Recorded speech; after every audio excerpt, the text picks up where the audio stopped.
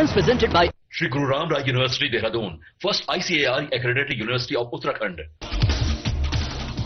CM Pushkar Singh Dhami का रामनगर दौरा, carpet national park में किया भ्रमण। वन कर्मियों का हौसला बढ़ाते हुए कहा पेड़ पौधों का संरक्षण करें। ऋषिकेश में शिवाजी नगर चौराहा हुआ जीरो जोन घोषित, किसी भी प्रकार का नहीं होगा अतिक्रमण। निगम की बोर्ड बैठक में जीरो जोन घोषित करने का प्रस्ताव पारित। मंगलौर में कावड़ खंडित करने का आरोप में मारपीट, कावड़ियों ने कार सवार परिवार पर कावड़ को टक्कर मारने का लगाया आरोप। मुकदमा दर्ज कर मामले की जांच में जुटे पुलिस। ऋषिकेश पुलिस ने नशे के सौदागर को किया गिरफ्तार, तस्कर के कब्जे से 14 ग्राम स्मैक बरामद। कोर्ट के आदेश पर तस्कर भेजा जेल। और प्रदेश में आज फिर मानसून पकड़ेगा रफ्तार, मौसम विभाग ने जारी किया ऑरेंज अलर्ट पर। प्रदेश में बारिश से पहाड़ी जिलों में भारी बारिश।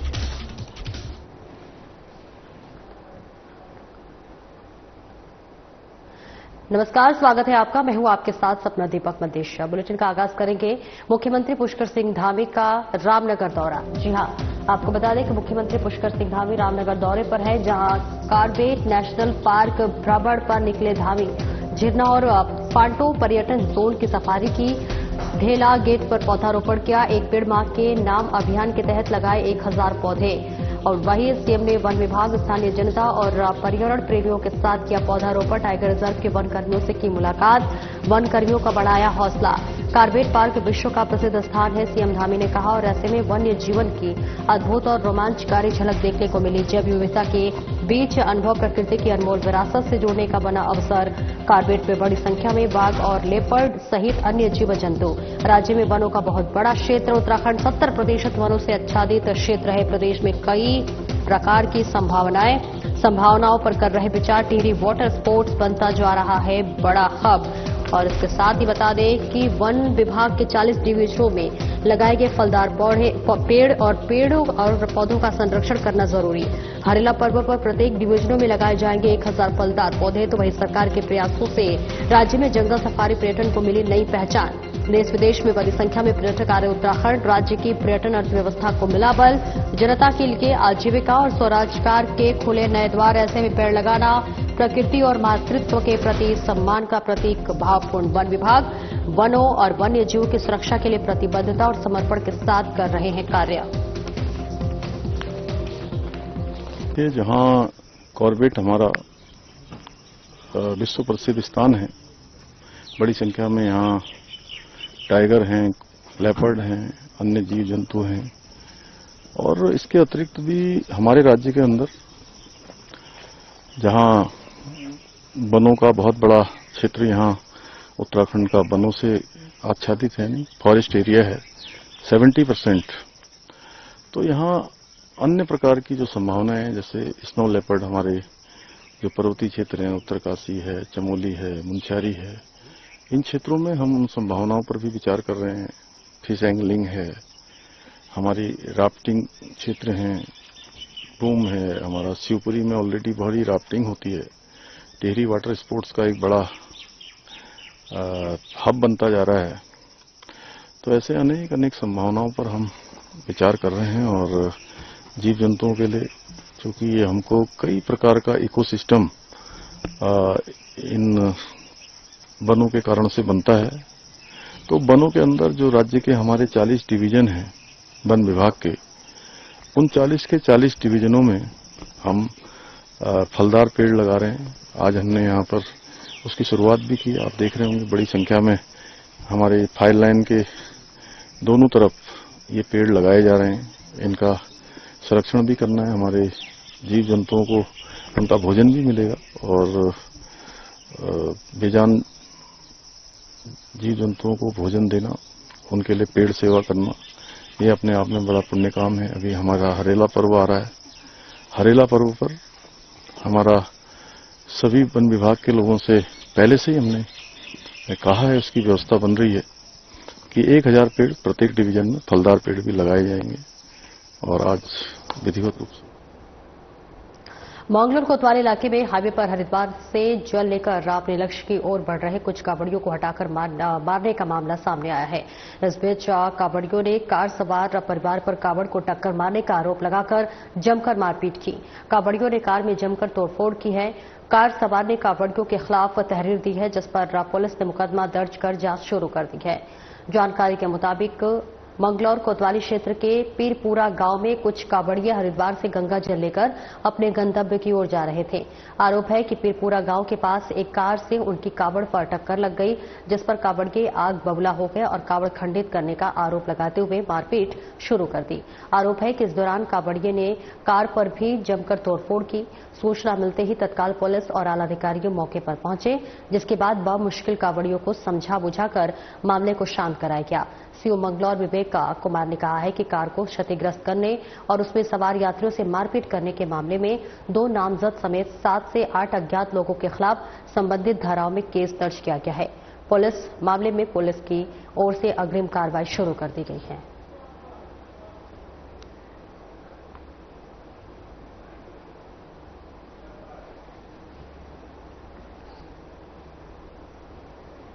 मसूरी देहरादून मार्ग पर राग गज्जी बैंड के निकट पुरोला से देहरादून की ओर जा रही स्कूटी पैराफिट से टकराकर गहरी खाई में गिर गई। इस दुर्घटना में स्कूटी पर पीछे बैठी युवती खाई में जा गिरी और गंभीर रूप से घायल हो गई। हादसे की सूचना मिलते ही मसूरी पुलिस और 108 एम्बुलेंस की टीम तत्काल मौके पर पहुंची और स्थानीय लोगों की मदद से राहत एवं बचाव कार्य चलाया गया। आपको बता दें कि स्कूटी पर सवार 2 लोग नवीन और प्रिया पुरोला से देहरादून की ओर आ रहे थे। इस दौरान उनकी स्कूटी गज्जी बैंड के पास पहुंची, तभी चालक का संतुलन बिगड़ गया और स्कूटी पैराफिट से टकरा गई। टक्कर के बाद स्कूटी सड़क पर गिर पड़ी, लेकिन अब पीछे बैठी युवती संतुलन न संभाल पाने के कारण सीधा खाई में जा गिरी। खाई की गहराई काफी होने के कारण युवती को गंभीर चोटें आई हैं। मौके पर मौजूद राहगीरों और स्थानीय निवासियों ने तुरंत पुलिस और आपातकालीन सेवा 108 को सूचना दी है। स्थानीय लोगों की मदद से पुलिस ने खाई में से युवती को बाहर निकाला और युवती के प्राथमिक उपचार के लिए मसूरी उपजिला अस्पताल ले जाया गया, जहां डॉक्टरों ने उसे मृत घोषित कर दिया। वहीं स्कूटी चालक नवीन को मामूली चोट आई है और वे फिलहाल खतरे से बाहर है। पुलिस दुर्घटना के कारणों की जांच कर रही है और आवश्यक कानूनी प्रक्रिया भी शुरू कर दी गई है।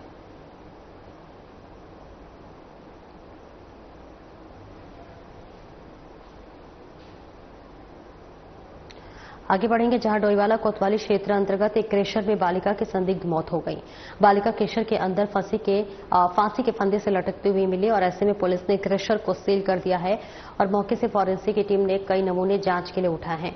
पुलिस ने बालिका का शव कब्जे में लेकर मोर्चे में रखवा दिया है। पोस्टमार्टम रिपोर्ट में ही बालिका की मौत के स्पष्ट कारण पता चला।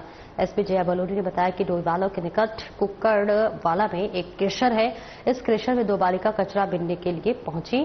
मौके पर क्रेशर में काम करने वाले 4 युवकों ने बालिकाओं को चोर समझा और उनका पीछा किया। कुछ देर बाद एक बालिका को युवकों ने पकड़ लिया और कमरे में बंद कर दिया। इसकी सूचना युवकों ने पुलिस को भी दी। पुलिस के पहुंचने तक बालिका फांसी के फंदे से लटकती हुई मिली। एसपी ने बताया कि घटनास्थल पर लगे हुए 4 सीसीटीवी कैमरों की फुटेज को पुलिस ने कब्जे में ले लिया है। फिलहाल बालिका का शव कब्जे में लेकर मोर्चे में रखवा दिया गया है। चारों युवकों को भी संदिग्ध मानते हुए हिरासत में लेकर पूछताछ की जा रही है। फिलहाल मामले में पुलिस को तहरीर नहीं मिली है। तहरीर मिलने पर मुकदमा दर्ज कर आगे की कार्रवाई को बढ़ाया जाएगा।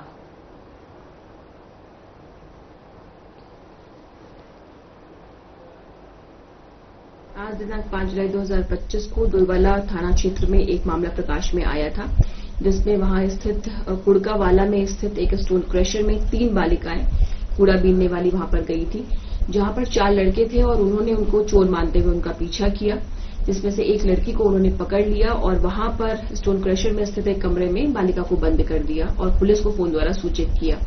पुलिस के वहां पर पहुंचने से कुछ देर पहले जब उन्हें उस कमरे में झांक कर देखा तो उस बालिका द्वारा फांसी लगा ली गई थी। उन्होंने दोबारा से फोन करके पुलिस को सूचित किया।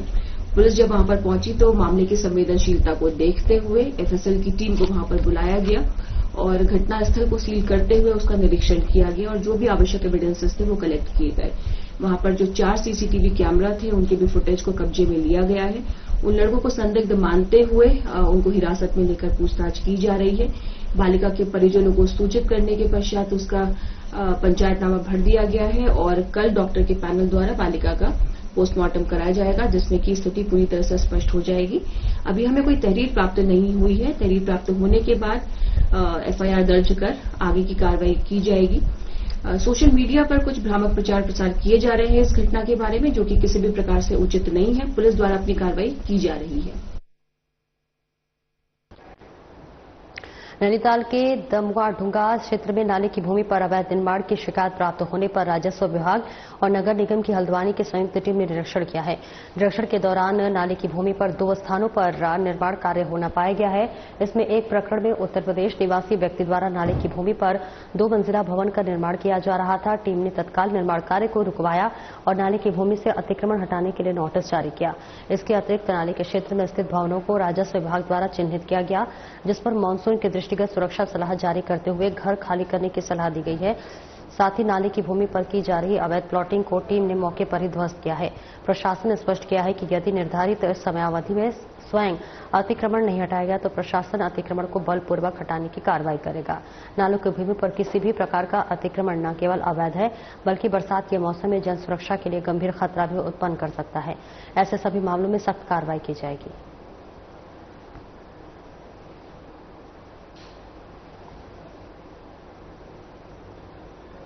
ऋषिकेश में एम्स के निकट शिवाजी नगर के मुख्य द्वार पर अब अतिक्रमण होने की संभावना बहुत कम है, क्योंकि पार्षद सुरेंद्र सिंह नेगी ने शिवाजी नगर चौराहे को 0 जोन घोषित कर दिया है। पार्षद सुरेंद्र सिंह नेगी ने इस बड़ी उपलब्धि से क्षेत्र के लोग काफी खुश हैं। अपनी इस खुशी का इजहार लोगों ने शिवाजी नगर चौराहे पर पार्षद सुरेंद्र सिंह नेगी को स्वागत और सम्मानित करके जाहिर किया है। सम्मान पाकर पार्षद सुरेंद्र सिंह नेगी काफी खुश और गदगद नजर आ रहे हैं। उन्होंने बताया कि चौराहों पर अतिक्रमण होने की वजह से लोगों को पैदल आवागमन करने की परेशानी का सामना करना पड़ता था। मामला संज्ञान में आने के बाद उन्होंने नगर निगम की बोर्ड में बैठक चौराहे को 0 जोन घोषित करने का प्रस्ताव पारित कराया और पुलिस ने अब इसे सहयोग देकर लोगों की समस्याओं का समाधान किया है। स्थानीय लोगों ने पार्षद का आभार व्यक्त किया है। लोगों का कहना है कि चौराहे पर अतिक्रमण की वजह से बुजुर्गों को चौराहे पर पार करने में परेशानी होती थी और अब उनको सुविधा मिलेगी।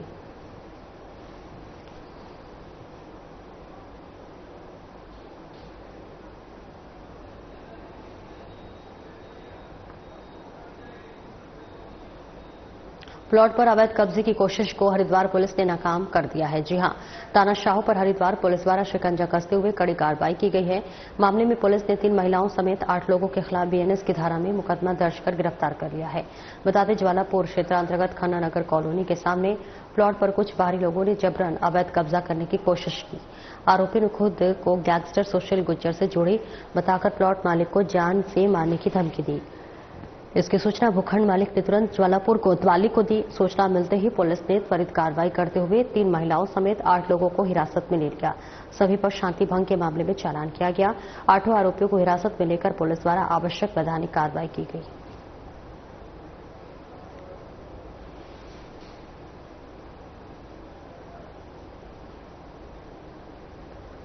कोतवाली रायवाला पुलिस ने चेकिंग के दौरान एक युवक के कब्जे से देसी पिस्टल बरामद की है। देसी पिस्टल बरामद होने पर पुलिस ने युवक के खिलाफ अवैध रूप से हथियार रखने के आरोप में मुकदमा दर्ज कर लिया है और उसे गिरफ्तार कर जेल भेज दिया है।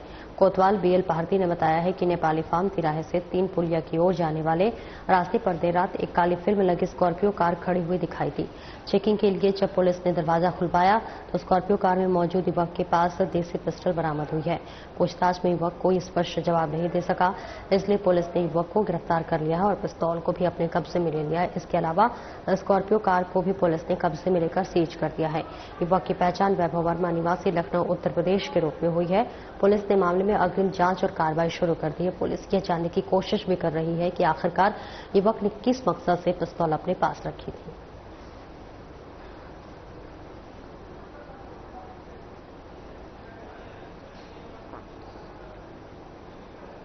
ऋषिकेश कोतवाली पुलिस ने नशे के एक सौदागर को गिरफ्तार कर लिया है, जिसके कब्जे से पुलिस ने 14 ग्राम स्मैक बरामद की है। जी हां, स्मैक बरामद होने पर पुलिस ने नशे के सौदागर के खिलाफ मुकदमा दर्ज कर लिया है और उसे कोर्ट के आदेश पर जेल भेज दिया है। कोतवाल प्रदीप राणा ने बताया है कि पुलिस कप्तान अजय सिंह के निर्देश पर क्षेत्र में नशा तस्करों के खिलाफ सघन चेकिंग अभियान चलाया जा रहा है। इसी कड़ी में चंद्रभागा पुल के नीचे पार्की के अंतिम छोर पर बैठे एक संदिग्ध युवक को पुलिस ने चेकिंग के लिए खड़ा किया। तलाशी लेने पर युवक के कब्जे से 14 ग्राम स्मैक बरामद हुई है, इसलिए पुलिस ने युवक को गिरफ्तार कर लिया है। युवक की पहचान चेतन सिंह निवासी ढालवाला के रूप में हुई है। बस अड्डा चौकी प्रभारी नवीन डंगपाल की पूछताछ में स्मैक की कीमत करीब 4,20,000 रुपए आकी गई है। कोतवाल ने बताया कि नशे के खिलाफ चेकिंग अभियान लगातार जारी रहेगा।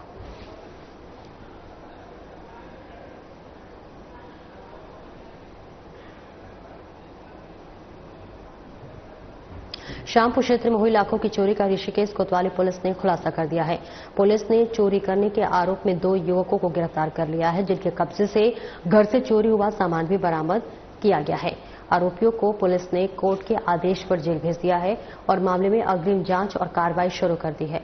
कोतवाल प्रदीप राणा ने बताया है कि श्यामपुर में दरमियान सिंह रावत के घर पर ताला तोड़कर लाखों रुपए की चोरी की वारदात हुई थी। शिकायत मिलने पर पुलिस ने मामले में मुकदमा दर्ज कर अपनी जांच को आगे बढ़ाया और सीसीटीवी कैमरों की फुटेज और मुखबिर तंत्र को भी इस घटना के खुलासे को सक्रिय किया गया।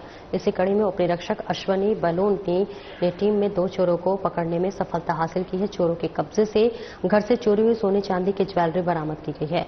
इसके अलावा चोरी में इस्तेमाल एक वाहन को भी पुलिस ने कब्जे में लेकर सीज कर दिया है। आरोपियों की पहचान राजा शर्मा और दीपक प्रजापति के रूप में हुई है। दोनों आरोपी नशा करने के आदी हैं, इसलिए आपराधिक वारदातों को अंजाम देते हैं। पुलिस ने मामले में अग्रिम जांच और कार्रवाई शुरू कर दी है।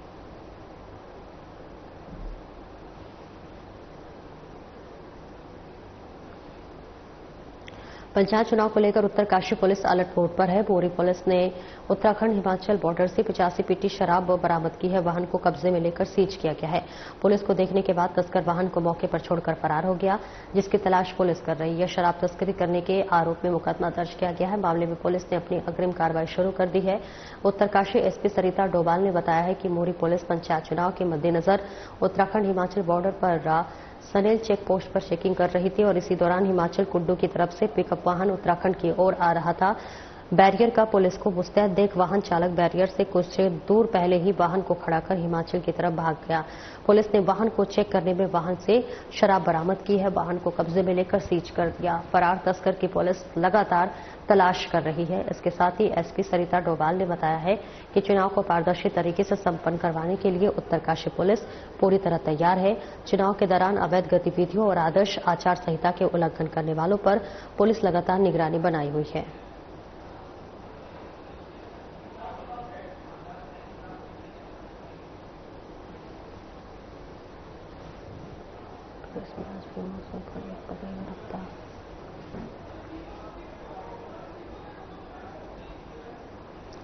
और वही प्रदेश में आज फिर से मानसून पकड़ेगा रफ्तार। जी हां, आपको बताते चले, जहां पर मानसून की कहर देखने को मिल रही है। मौसम विभाग ने ऑरेंज अलर्ट जारी किया है। रुद्रप्रयाग, टिहरी, बागेश्वर और देहरादून में भारी बारिश का ऑरेंज अलर्ट जारी किया गया है।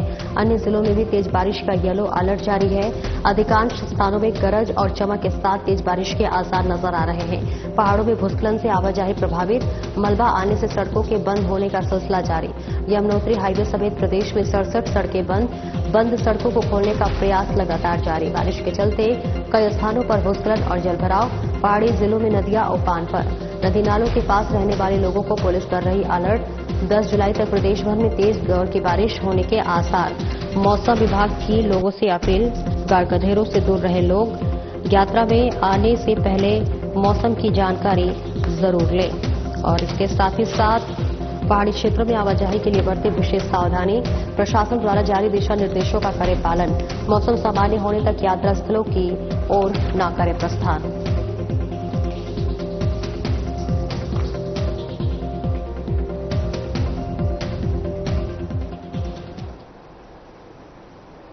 और इस खबर से ज्यादा जानकारी के लिए हमारे साथ उत्तराखंड से हमारे ब्यूरो चीफ कमल शर्मा जुड़ रहे हैं और इसी के साथ साथ ऋषिकेश से दीपक नारंग भी हमारे साथ जुड़ रहे हैं। कमल, आपके पास आना चाहूंगी। देखिए, लगातार मानसून का कहर जारी है।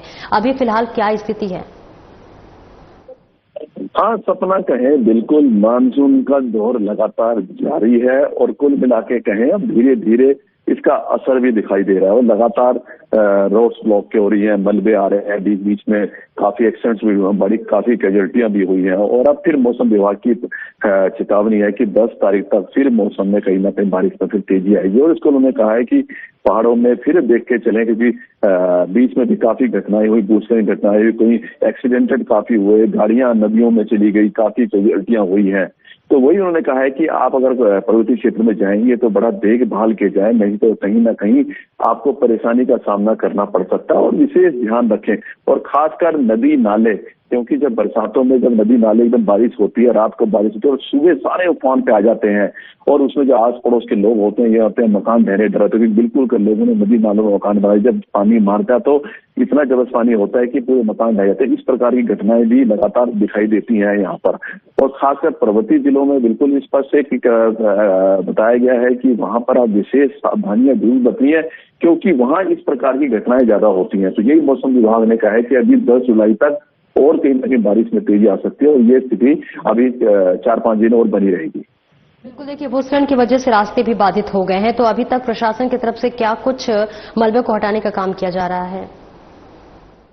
हाँ, सपना कहें तो मानसून का सीजन होता है, उससे पहले ही कहीं ना कहीं राज्य सरकार द्वारा और प्रशासन द्वारा बड़े इंतजाम कर दिए जाते हैं और जिला अधिकारियों को भी अलग से इसके लिए एक्स्ट्रा फंड भी दिया जाता है कि आप तत्काल अगर कोई ऐसी प्रॉब्लम्स आए तो तत्काल उसका समाधान किया जाए। और चाहे पीडब्ल्यूडी डिपार्टमेंट हो, इरिगेशन वाला हो, एसडीआरएफ हो, एनडीआरएफ हो, सभी को मुस्तैद रखा जाता है कि अगर इस प्रकार की घटनाएं हैं तो जल्दी से जल्दी आपने रोड्स और मलबे को हटाने का काम करना। लगातार हर जगह जहाँ डेंजरस पॉइंट होते हैं वहाँ जेसीबी और अन्य आधुनिक मशीनें हमेशा खड़ी रहती हैं और अगर इस प्रकार की प्रॉब्लम्स आए तो तत्काल उन रास्तों को खोल करके आवाजाही को पूरा किया जाए। ये व्यवस्थाएं पहले ही की जाती हैं, लेकिन जब ये घटनाएं होती हैं तो कहीं ना कहीं इस व्यवस्थाओं को ठीक करने के लिए कुछ समय जरूर लगता है और सभी विभाग जो है अलर्ट मोड पर रहते हैं। अगर कहीं ऐसी प्रॉब्लम तत्काल युद्ध स्तर पर उनको कार्य को सुचारू रूप से किया जा सके। बिल्कुल, दीपक भी हमारे साथ बने हुए। दीपक, देखिए लगातार मौसम विभाग भी अलर्ट जारी किया हुआ है, लेकिन ऐसे में जहां आपकी मौजूदगी है वहां फिलहाल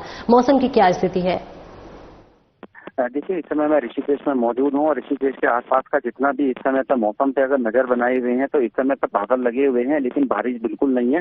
हालांकि सुबह हल्की फुल्की बारिश हुई थी, बूंदाबांदी, लेकिन उसके बाद यहाँ पे बारिश बिल्कुल नहीं हुई है। कल यहाँ पे शाम के समय पे हल्की बारिश हुई थी। बारिश ना होने की वजह से इस समय पे जो है गर्मी तो नहीं, लेकिन उमस बहुत ज्यादा यहाँ पे लोगों को महसूस हो रही है। लेकिन पहाड़ों में जिस तरीके से बारिश हो रही है उसकी वजह से जो हमारा गंगा है वो गंगा में जो है वो उफान पर नजर आ रही है। इसलिए जितने भी यहाँ पे घाट हैं, चाहे वो मुख्य रूप से त्रिवेणी घाट हो, बादशाह सीढ़ी हो, या परमार्थ निकेतन का गंगा घाट हो, स्वर्गाश्रम क्षेत्र का हो, या मुनि के रेते में शत्रुघ्न घाट हो, या नीम बीच हो, इन सब जगहों पर जो है पुलिस ने अलर्ट जारी किया है कि किसी भी प्रकार से यहाँ पे ना जाएं, क्योंकि यहाँ पर जो है वो खतरा बना हुआ है। क्योंकि लगातार टिहरी डैम से और जो श्रीनगर डैम से वहाँ पे नियम अनुसार जो है पानी को छोड़ा जा रहा है और उसके लिए यहाँ पे लगातार सायरन भी बज रहे हैं। तो जैसे यहाँ सायरन बजते हैं तो लोगों के अंदर एक अलर्ट यहाँ पे देखा जाता है। इसलिए यहाँ पे जो है लोगों को बहुत ज्यादा कहा जा रहा है कि वो पास में न जाए। हालांकि जो यहाँ पे निचली बस्तियां हैं, चंद्रेश्वर नगर है, मायाकुंड है, यहाँ पर जल भराव की स्थिति बनती है, लेकिन जिस हिसाब से लोकल में बारिश नहीं है इस हिसाब से अभी यहाँ पे जल भराव की स्थिति का नजारा देखने को नहीं मिल रहा है। लेकिन एसडीआरएफ और जेल पुलिस की टीम ने यहाँ पर भी मुनादी करके अलर्ट जारी किया है कि वो नदी नालों से दूर रहें और अगर किसी भी प्रकार की कोई आपात स्थिति होती है तो वो आपदा कंट्रोल रूम को इसकी सूचना जरूर दें। तो कुल मिला के कह सकते हैं तहसील प्रशासन और लोकल प्रशासन यहाँ पे अलर्ट नजर आ रहा है। हालांकि गंगा नदी अपनी अभी चेतावनी रेखा से जो है वो काफी नीचे बह रही है। कल गंगा नदी के चेतावनी रेखा को छूने के यहाँ पे पूरे आसार थे, लेकिन टिहरी डैम और श्रीनगर डैम से जब पानी को कम किया गया तो गंगा का जलस्तर है वो थोड़ा कम हो गया। तो फिलहाल अभी यहाँ पे खतरे की तो कोई स्थिति नहीं है, लेकिन बैराज से जो है यहाँ पर पानी जो है वो निचले इलाकों में छोड़ा जा रहा है, जिससे कि पहाड़ी इलाके में जो है वो पानी का जो फ्लो आ रहा है उसको कम किया जा सके। तो निचले इलाकों में बाढ़ का खतरा बना हुआ है। सिल्ट आने की वजह से जो यहाँ पर गंगा पे जो है चीला शक्ति नहर है उसमें पानी कम किया हुआ है, क्योंकि वहाँ पर जो है बिजली बनती है और टनल में जो है वहाँ पे सिल्ट फंसने की वजह से बहुत ज्यादा परेशानी होती है। तो फिलहाल अभी ये बताया जा रहा है कि शायद बिजली के जो उत्पादन है उसमें आने वाले दिनों में कहीं ना कहीं कमी की गिरावट भी इसके अंदर देखी जाएगी। अभी हमारे पूरे इस मामले पे नजर बनी हुई है और जो जो अपडेट्स आएंगे हम अपने दर्शकों को जरूर बताएंगे। सपना, बिल्कुल कमल, आपके पास आऊंगी। देखिए 10 जुलाई तक तेज बारिश की संभावना जताई गई है और ऐसे में क्या तैयारी है पहले से, प्रशासन की बात कर ले या फिर आम जनता की? हाँ बिल्कुल, मैंने कहा ना कि सपना सबसे बड़ी बात है कि प्रशासन की तैयारियां जब मानसून आता है तो उससे पहले ही यहाँ पर शुरू हो जाती है। बड़े स्तर पर शासन प्रशासन में बैठकों का दौर जारी हो जाता है और किस तरह किस स्थिति के लिए निपटा जा सके उस पर चर्चा होती है, डिसीजन लिए जाते हैं और कार्रवाई की जाती है। और सबसे बड़ी बात हम यही कहें कि जब ऐसी स्थितियां होती हैं तो उसको यही यही तय किया जाता है कि अगर ऐसी कोई परेशानी हो या कुछ हो तो क्या एकदम तत्काल डिसीजन है। मैंने कहा ना, जो जितने भी इस प्रकार के जिले हैं वहां के जिला अधिकारियों को पहले ही फंड दे दिया जाता है कि अगर आपको एकदम कुछ काम कराना पड़े, कहीं इसकी आवश्यकता हो, तत्काल आपको किसी से मांगने की जरूरत नहीं, आपके पास इतना पैसा है कि आप उस काम को खुद करा सकते हैं। तो कई तरह की व्यवस्थाएं, कई तरह की पहले ही तैयारियां शुरू हो जाती हैं कि जब इस प्रकार की प्रॉब्लम्स आए तो क्योंकि ये हम उत्तराखंड के लिए कोई बड़ी बात नहीं है। यहाँ लगातार मानसून के समय, अन्य समय ये चीजें लगातार जारी रहती हैं, बादल फटने की हो, भूस्खलन की हो, इस प्रकार की घटनाएं एक उत्तराखंड के लिए आम बात सी हो गई है। शुक्रिया कमल इस महत्वपूर्ण जानकारी के लिए। दीपक, आपका भी बहुत बहुत शुक्रिया इस महत्वपूर्ण जानकारी के लिए। फिलहाल मेरे साथ इस बुलेटिन में इतना ही। नमस्कार।